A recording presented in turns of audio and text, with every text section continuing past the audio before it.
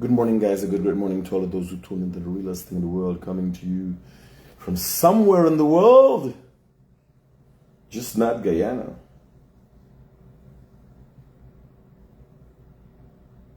So a lot is going on in Guyana, a lot is being said in Guyana.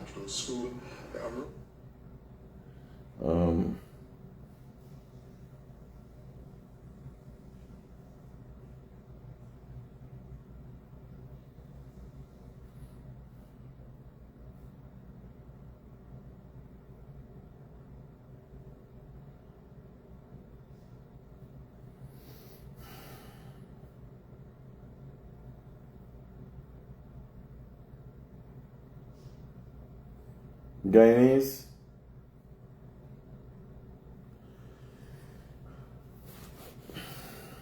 seem to have difficulty learning.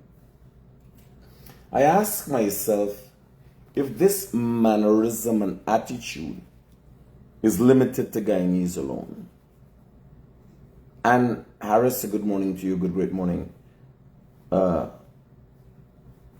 Kumar, Robert Ramp, Sumraj, don't know if I'm pronouncing the name right, but probably. Betty, Catherine,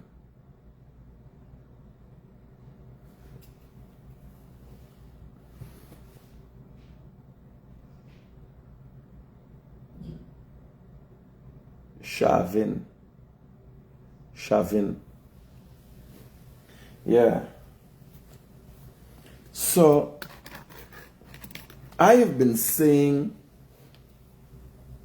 one thing over and over and over again till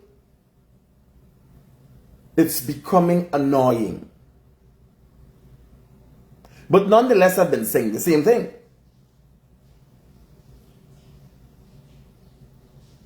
I have been saying one thing over and over for the last 2 years. Nobody can deny that. All people are saying, oh God, the Muhammad's again. You call him Muhammad's name again. You call him Muhammad's name again. One thing I've been saying. It's them. So let me read a little story for you. Let me get a little story for you. Give you a little background. One of my supporters and followers, who's obviously an avid reader,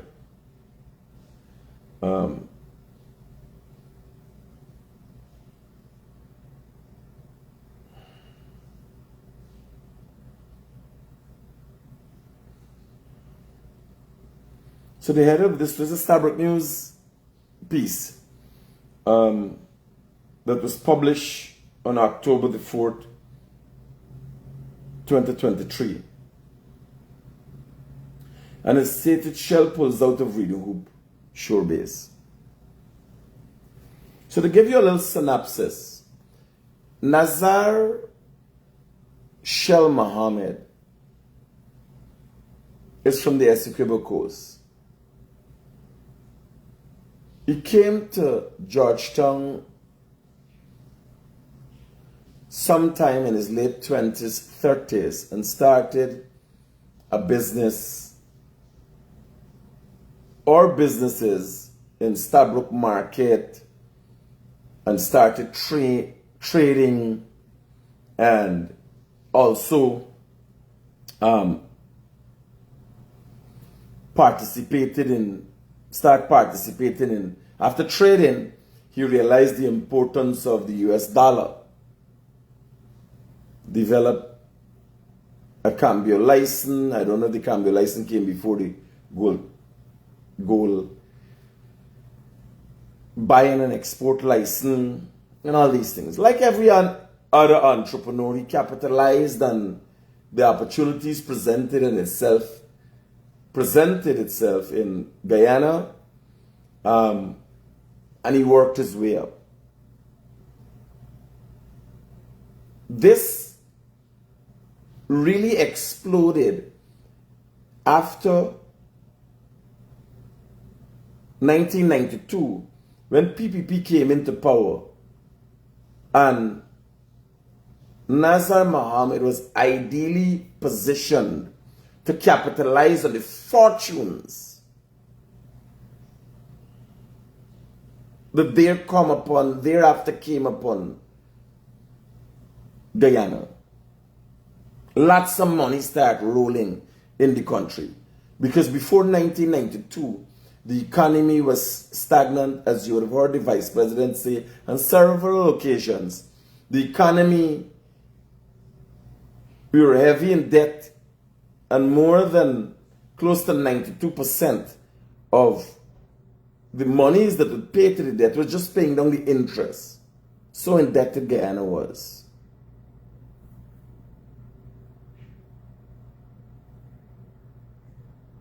Fast forward to that, from that time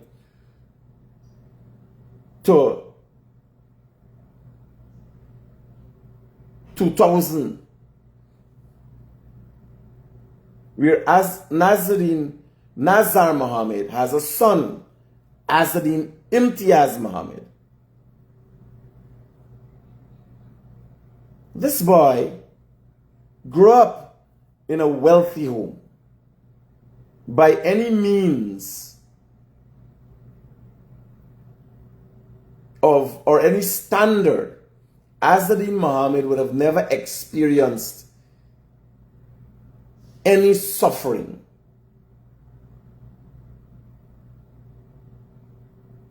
Whatsoever. His father had everything, and by the age of 10 and 15 and 20, as his father said, that his son used to remember car numbers and phone numbers. His father had phone. At the time when he was a child growing up, those were things most Guyanese were now coming into. He had that. Who would remember car numbers if cars wasn't around? I didn't remember car numbers because nobody around me had a car. His father would have had a car. So in his 20s, he was afforded all this opportunity. But what Azzedine Mohammed was lacking is a father. He lacked a father. He lacked the fatherly relationship. Although he had a father, he lacked a fatherly relationship.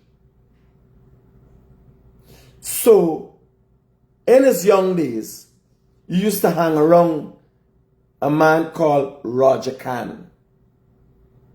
He used to be pussyfooting behind a man called Roger Khan. Now, this is history. If you don't know it, it is a matter of fact. Can't be disputed. Roger Khan, at that time, would have been in his heyday. One of the individuals that was smart enough to make a lucrative trade out of drug dealings. An individual who came back from the United States, served in the United States military, lived in the United States, developed relationships with people out of Colombia and different things, and had a very good understanding of how things work. Came back to Guyana in the late 90s and capitalized on the opportunity afforded to him based on his experience and his background. Roger Khan we're talking about. So he came back to Guyana and he was doing well for himself. He had a partner. I think it's Ricardo was his name. At that time, I had a tire shop on Sherry Street. When his construction company and other businesses were growing, behind that, it was heavily fueled by drugs. Now, people knew this, and the young Azzedine Mohammed looked up to Roger Khan. He wanted to be like Roger Khan.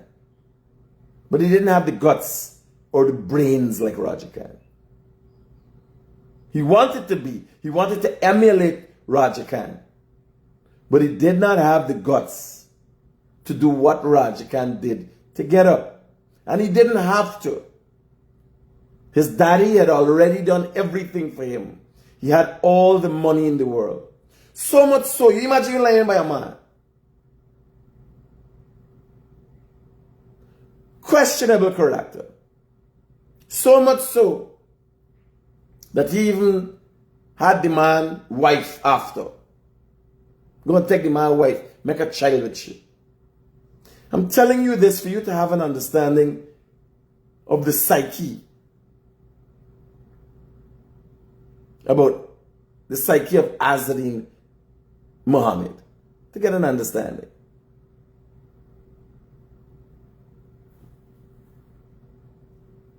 This young man wanted so bad to be Raja Khan that in an attempt to take out,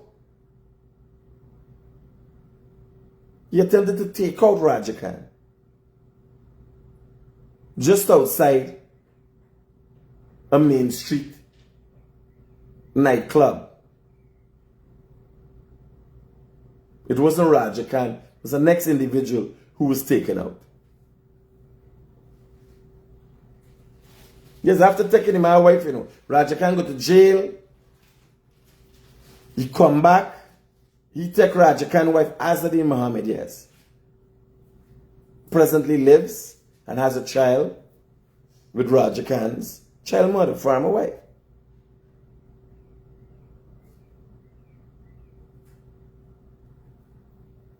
Now we fast forward. Azadin Muhammad befriend a stupid man. A jackass. That's all I could say. At the time this man was a jackass. Befriended him. A man named Guyanese Critic.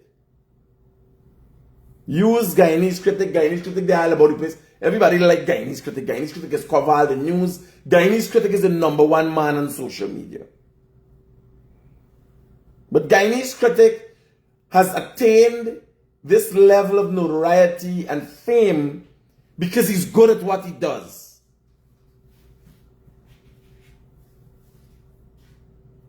Right? So Guyanese Critic famous.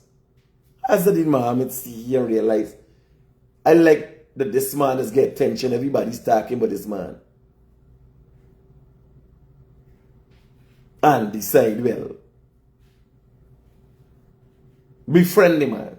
The man become his friend. Every day, he and the man, breeze can't pass between he and this boy. Yes, yours truly.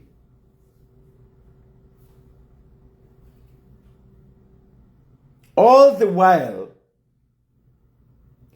the Mohammeds present themselves as good citizens in the country of Guyana.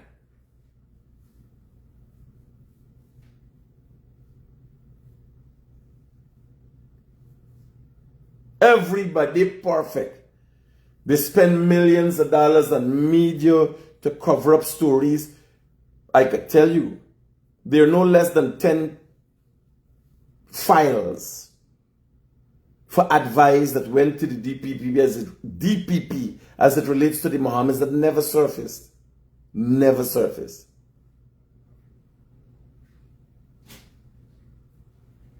Right? Now we fast forward to 2022.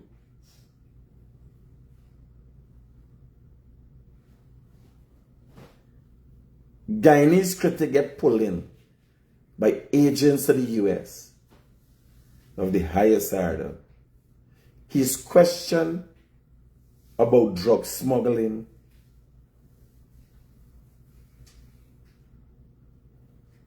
gold smuggling, money laundering, murders. Guyanese Critic is dumbfounded. You don't know what to say. Everything that's been going on around him now, bringing to bear. And he starts looking at things differently and understanding that he has been in the midst part and parcel of a massive criminal empire. Guyanese critics start acting funny.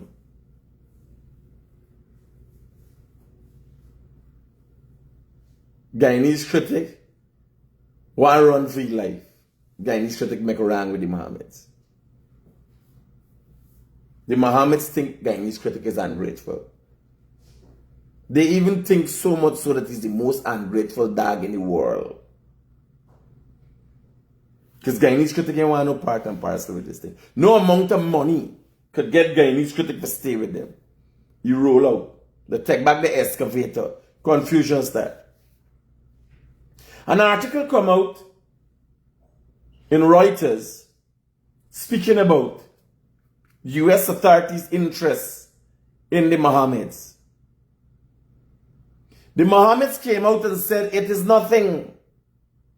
I'm giving you a series of events because I've said one thing for 2 years. The Mohammed has said a million different things, 10 to be exact. I'm just exaggerating at a million. But money. I want you to listen to something I posted yesterday, and that is how I realized why the PNC has been decimated and why we are where we are. I want you to listen to this.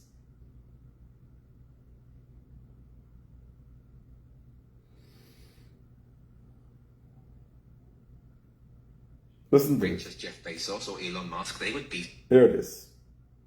People don't actually think that billionaires are immoral, they are just jealous. If they could be as rich as Jeff Bezos or Elon Musk, they would be so in a flash. People don't actually think that power and strength is a bad thing, they are just angry that they are too weak and pathetic to be so themselves. And these are what... This is one of the guys that I listened to for... These moral crusaders will find... I want you to listen to this. Us that most people are... And this helps you... This helps you to understand why the Mohammeds has gained the following. Because what the mistake the good Guyanese have made is assuming that the followers of Mohammeds are people.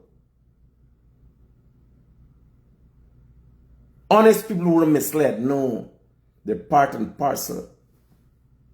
History teaches us that most people are only ever a small nudge away from being able to abuse, torture, and murder other human beings. We only need a reason to be evil. As the writer Aldous Huxley put it, the surest way to work up a crusade in favor of some good cause is to promise people that they will have the chance of maltreating someone. This is known as the cruelty of moral indignation. Nietzsche once argued that there will always be some people in the background of a community who will take great pleasure in some insatiable outburst of violence, all in the name of some holy or justifiable revenge. They will see that some imagined offense and take great pleasure in harming other people because they will see it as a kind of justice.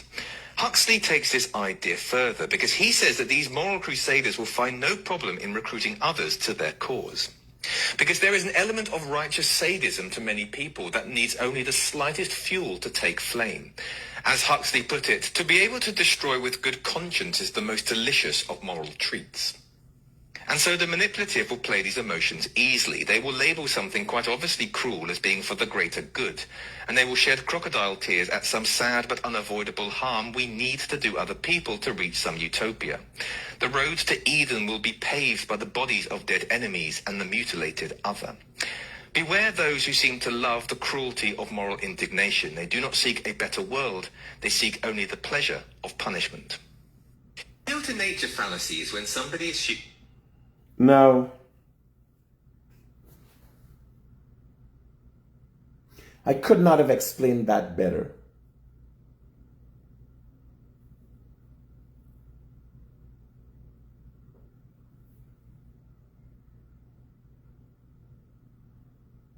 The Mohammeds over the years have claimed persecution.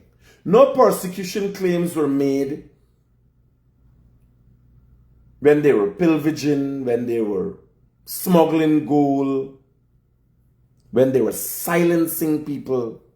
No issues of persecution when they were in control. Azadin Mohammed the son who yearned for a father and wanted to be a Roger Khan. In his attempt, an ill condition of need for attention drew the attention of the United States government. What he first did is paid money to get in and be listed in a lesser Forbes magazine, Forbes Billionaire magazine, as a billionaire, showing his house and his wealth. The Americans wanted to know how he acquired that wealth. So they started to investigate. They learned that the Mohammeds participated in a massive gold smuggling operation and money laundering operation for drug dealers. They learned that the Mohammeds smuggled gold, bought gold that was stolen or got out of by illegal means from Venezuela, brought to Guyana, mixed with Guyanese gold, and then sent through Miami to Dubai.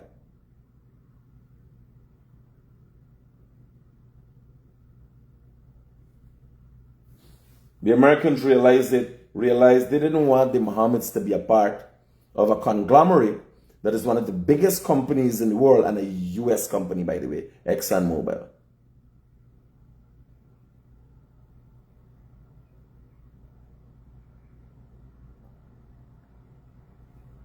The Mohammeds, at the time these allegations were made, denied all allegations. And when they were forced to pull out from ExxonMobil, came up with an excuse and said, due to religious reasons, and because they would have to borrow money. Why would the Mohammeds have to borrow money? And they sit down on billions of dollars. Why would they have to borrow money? But they pull out. They were forced out of the Exxon deal because the Americans wanted no association or persons with criminal background being associated with a US company. It's clear as day. That's why the Americans leaked the information to Reuters. Reuters wrote an article warning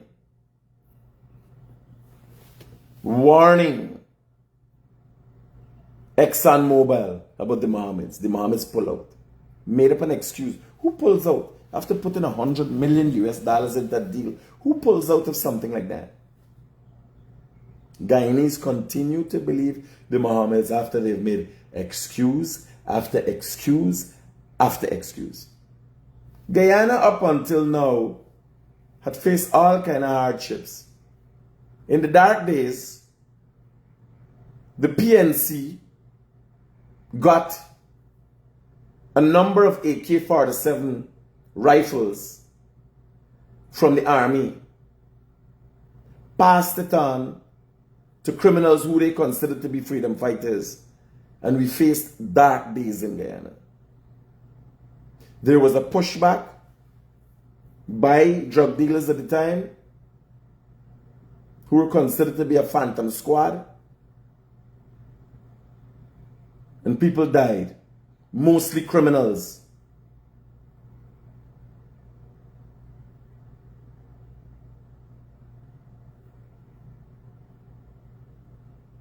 What role the Mohammeds played in having and helping people disappear is yet to be known. But they did play a role. And given their position in Guyana at the time, in the 2000s,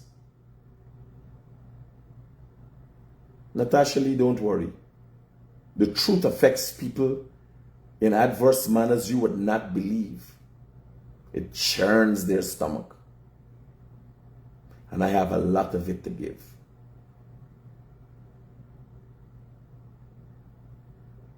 Now, Asadin Mohammed, in his attempt and yearning for attention, did everything. And the Americans noticed it. He buy Lamborghini, he buy Ferrari, he paid to get in Forbes Billionaire magazine. Forbes is look for you, for put you in the Billionaire magazine. He look for them, for they put you in. Talking about a young billionaire in Guyana Let's fast forward to present time.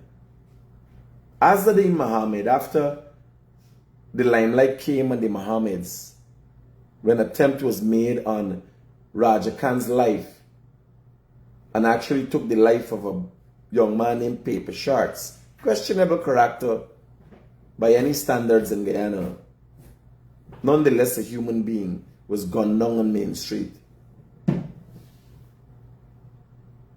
The limelight came upon the Mohammeds, and rumors and, low tones of voice behind the scene started suggesting this was the work of the Mohammeds. Raja Khan came out and said it was them. An attempt was made in his life. So people knew what was going on. What was the real concern between Guyanese? A police officer by the name of Bascom also came out and started to speak about this elaborate plot. But the real concern was how? Why would anybody take a car, go kill somebody? How could somebody buy a brand new car? Who has the resources, kill somebody who's, safe to say, a criminal but insignificant? Why would somebody go through that elaborate process to kill somebody?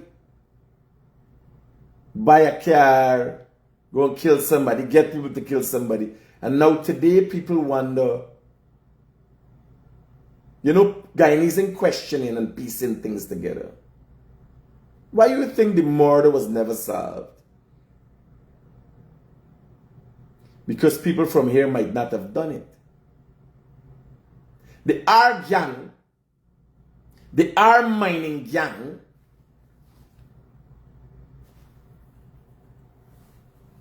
as Guyanese have now learned within the last days, the man who planted the bomb was a part of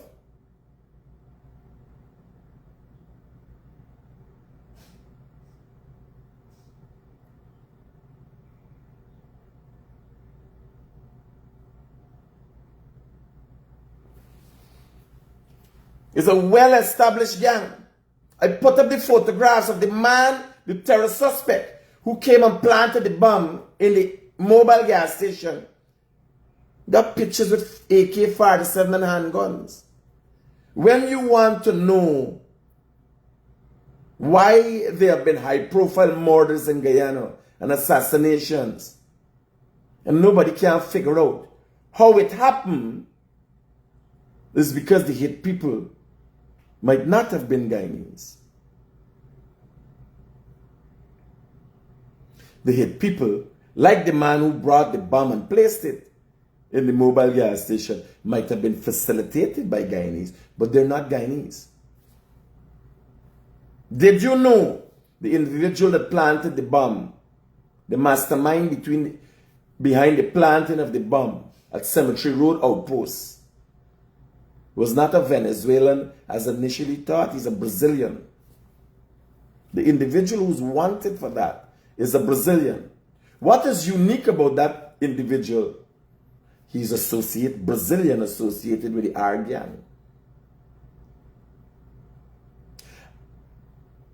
I am concerned as to the level that the Guyana police force has been corrupted.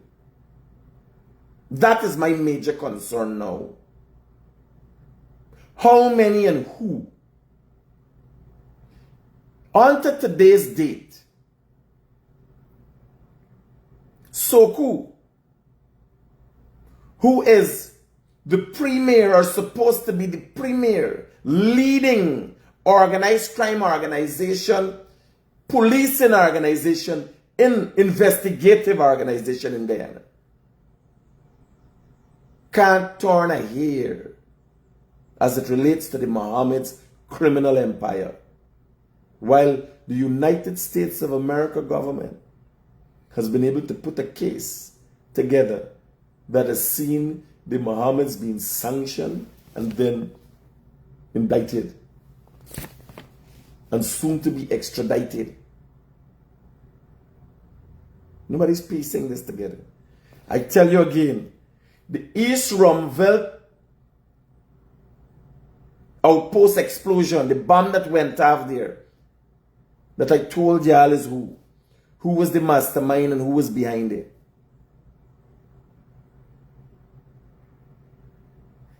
The person who came to carry out the attack here was a Brazilian, not a Venezuelan. But that is a Brazilian with associations to the R gang. It's a mining gang. It's a unique thing. It's a unique thing about this gang. So they're heavy, militant, has support of Maduro and the Venezuelan government, has the skill set. You want to know how powerful is the R gang? Is the R gang, when the Guyana Defense Force people shoot at them and had them running, is the R gang. It's not military personnel.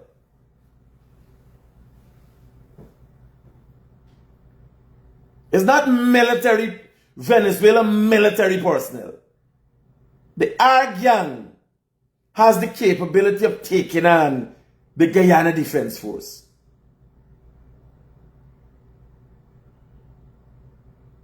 And on several occasions, open fire on them when they're in the vicinity of the Venezuelan border.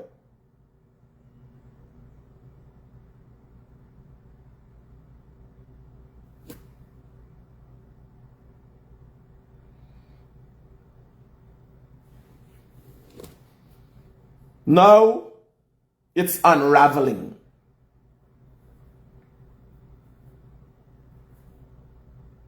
When I said that the East Rumvelt was a test, for sure, yes, bombings could be carried out in Georgetown.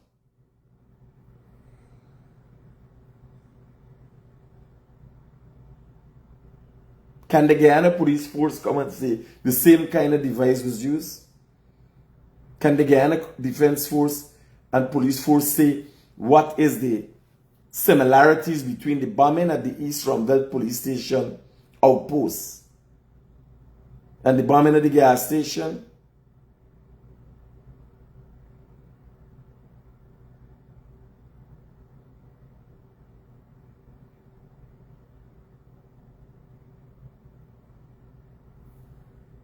Y'all remember a banner named Ukraine was gunned down on Regent Street? That the perpetrators was never found? Guyanese, we are facing grave danger. Now let me tell y'all something. I probably might be able to protect myself.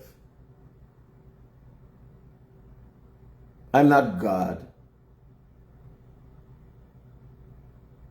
Charlie Kirk was just assassinated in the United States of America, which he fought for and thought would have protected him. I'm just here telling you what I know. But if this is allowed to continue,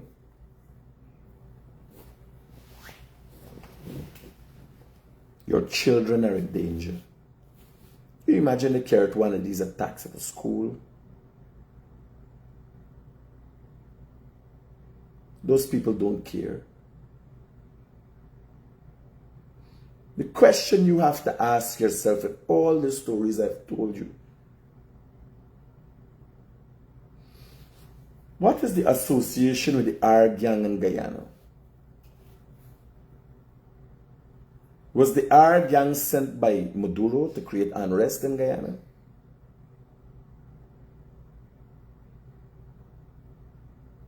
Who has the most to gain if Guyanese become fearful and confused and start running and hollering Who has the most to gain?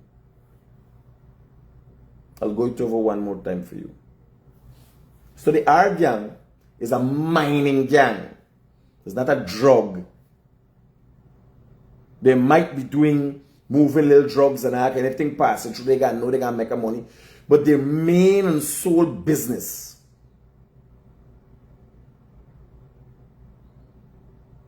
is the control of vast mining areas in Venezuela, bordering areas to Guyana, Essequibo.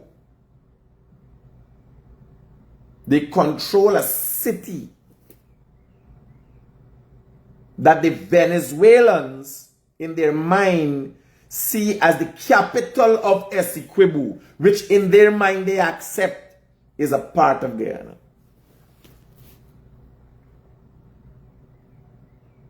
Guyanese could tell you stories about this gang because you have to pay them a percentage for any goal you work in those areas. They are close to the Region 1 area, the R gang. Who would have an interest and associate with them in Guyana? Who has now been uncovered as one of the biggest gold smugglers, and not limited to them alone. A man named Azim Bash came and accepted that he was a part of gold smuggling and called another businessman name. While he called the name on the Travis Chase program, while Azim Bash was doing business at the time with the Mohammeds, he switched sides, doing the same business, switched sides, and then talk about what he was doing with Thomas Jagmohan, or claimed to have been doing with Thomas Jagmohan. But at the time when he's talking this story, he would have been years now doing it for the Mohammeds. The man said he see generals, Venezuelan military outfit coming together, and their business they come to conduct was gold business.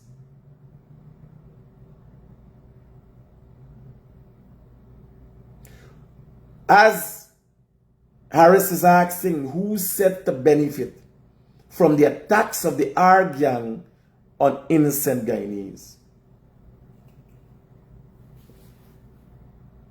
Azadin Mohammed said he had no interest in politics. The Mohammeds kept, through Kaicho News and Stabrook News, the story of their sanctions. They twisted it through paying all social media influencers, getting the support from people like Kian Jabur. Remember when Kian Jabur was telling you before election, sanctions is not nothing. It don't go away. It don't mean nothing. Give the man a chance, vote for him. Remember when Michael Francis Bailey explained to Guyanese how sanctions ain't nothing. Give the man a chance. Remember those days? We're so easy to forget. Our memories are so short.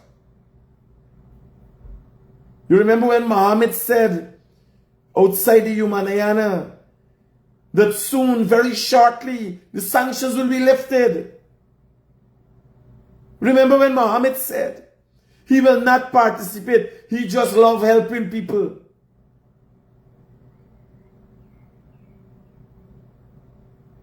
The lies and the deceit continued while I saying one thing is the Mohammeds.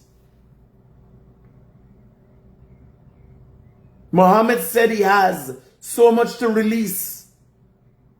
He went on to show that he just tell the president he paid duties and taxes. Where's the corruption? You tell the president you want to buy this thing. You went on to buy the thing. We've now learned that they fleeced the country and people of billions of dollars.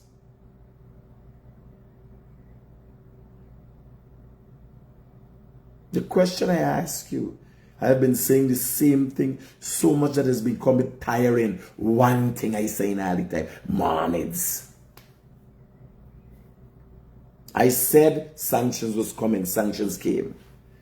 They torn it down. They torn down it. They get Stabrook News and Kaicho News and GHK Lal to write in support of them, make them look good. We did not know that GHK Lal was part and parcel of the conspiracy against the Guyanese people. We did not know at the time. Now we found out because GHK Lal, the Guyana Gold Board, of which GHK Lal was the head of at the time the US investigation started. Only recently, GHK Lal denied seeing any document or name of the Mohammeds, while only a day after, both articles in the Demerara Wave, Raphael Trotman come and said, yes, there was a dossier on the Mohammeds. Massive cover-up. It even goes deeper. The Mohammeds came, they entered the race of politics, bought out Nigel Hughes, bought out Aubrey Norton. Why the interest? If you have no problem coming to you, or if you got some problems coming to you, why would you add by getting into politics? Because he was advised by his lawyers. That is the way out. If you became president, you would have immunity, you could change laws. Because after setting his sights and becoming a Raja Khan, and becoming similar to a Raja Khan, he then set his sights on becoming a Maduro in Guyana. But Guyanese didn't see it. Although I told them and warned them every day. It is not hard to understand how Guyanese have been deceived. Because I was a personal friend of this man for 4 years and never knew of the treachery that I was a part of.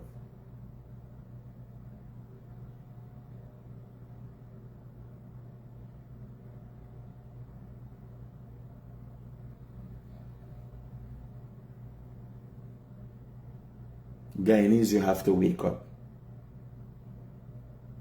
All this that is going on, ask yourself, why the R gang? Who the R gang is associated with in Guyana?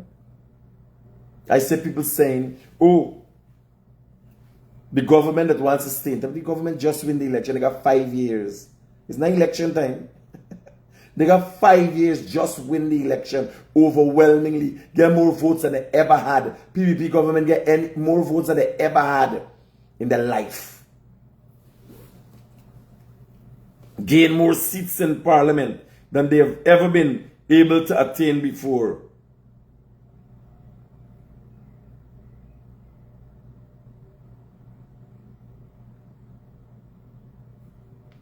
Why would you think? But the deflectors, you have people like Odessa Primus. You have people like Odessa Primus. You got people who we know all the years. It's blacks that mislead blacks than anything else. The blacks can be led. The blacks just got to be misled. And that's what happened. The opposition stayed silent while the Mohammeds crept up on them. They did in their own people. They torn in their own people in great numbers from money. And an attempt to make it look normal. People like David Hines, black intellectuals came and said, no, the black party wasn't lost. The black party split with the Indian man leading a faction of the black party now. Wow. Wow, wow, wow. The black party wasn't destroyed. No. The black party was misled.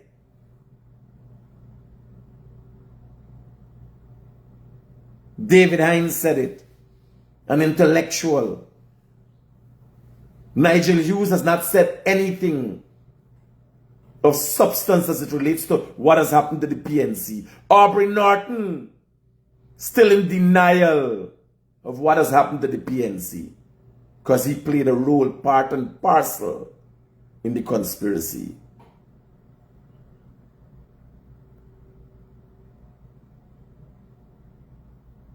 I told y'all before the election, this was a litmus test to see who is who in Guyana. Well, obviously, it shows that over the years, one group of people can be easily misled. They're opportunistic. So they would go where they're promised things. And another group of people would just follow blindly. But then the bombs start to explode. And who died first? Who's injured first? A young black child. Yes, it's on all of their heads. And who comes and tries to deflect? For the intellectual authors, blacks like Francis Bailey and Nigel London, who comes and tries to deflect? Well, blacks again face the brunt of it.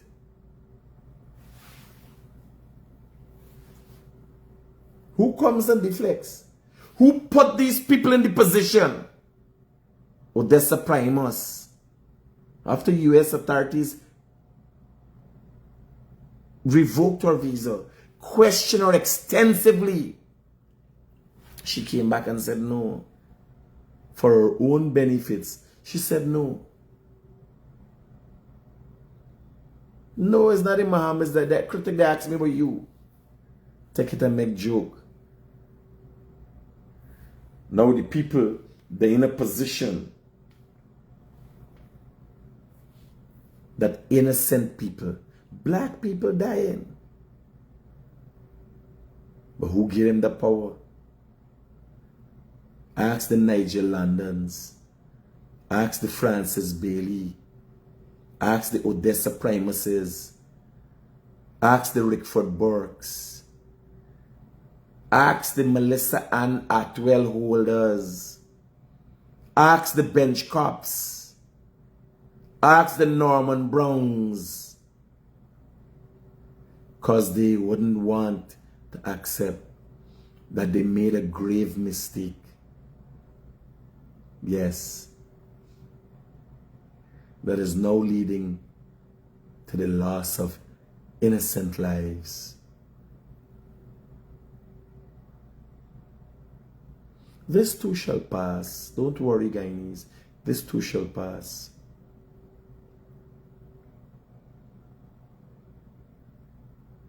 Because the PPP is a very docile party. Being of a predominantly Indian mindset, they study money and development before anything else. They don't have a radical approach to them. If a radical approach is needed to solve these problems, yours truly is here. When that time comes,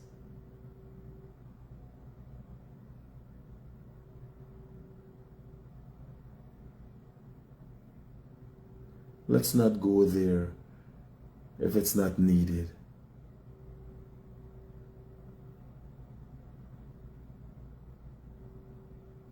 Guyanese, I continue to come and tell you one story and decipher the deceit.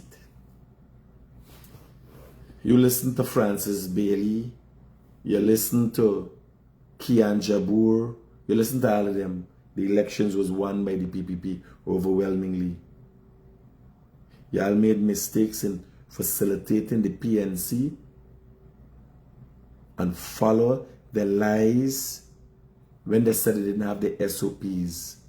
But we learned that the Guyanese people who are supporters of the Mohammed and the PNC and who support this kind of treachery against innocent Guyanese are not innocent. They look forward to things like this.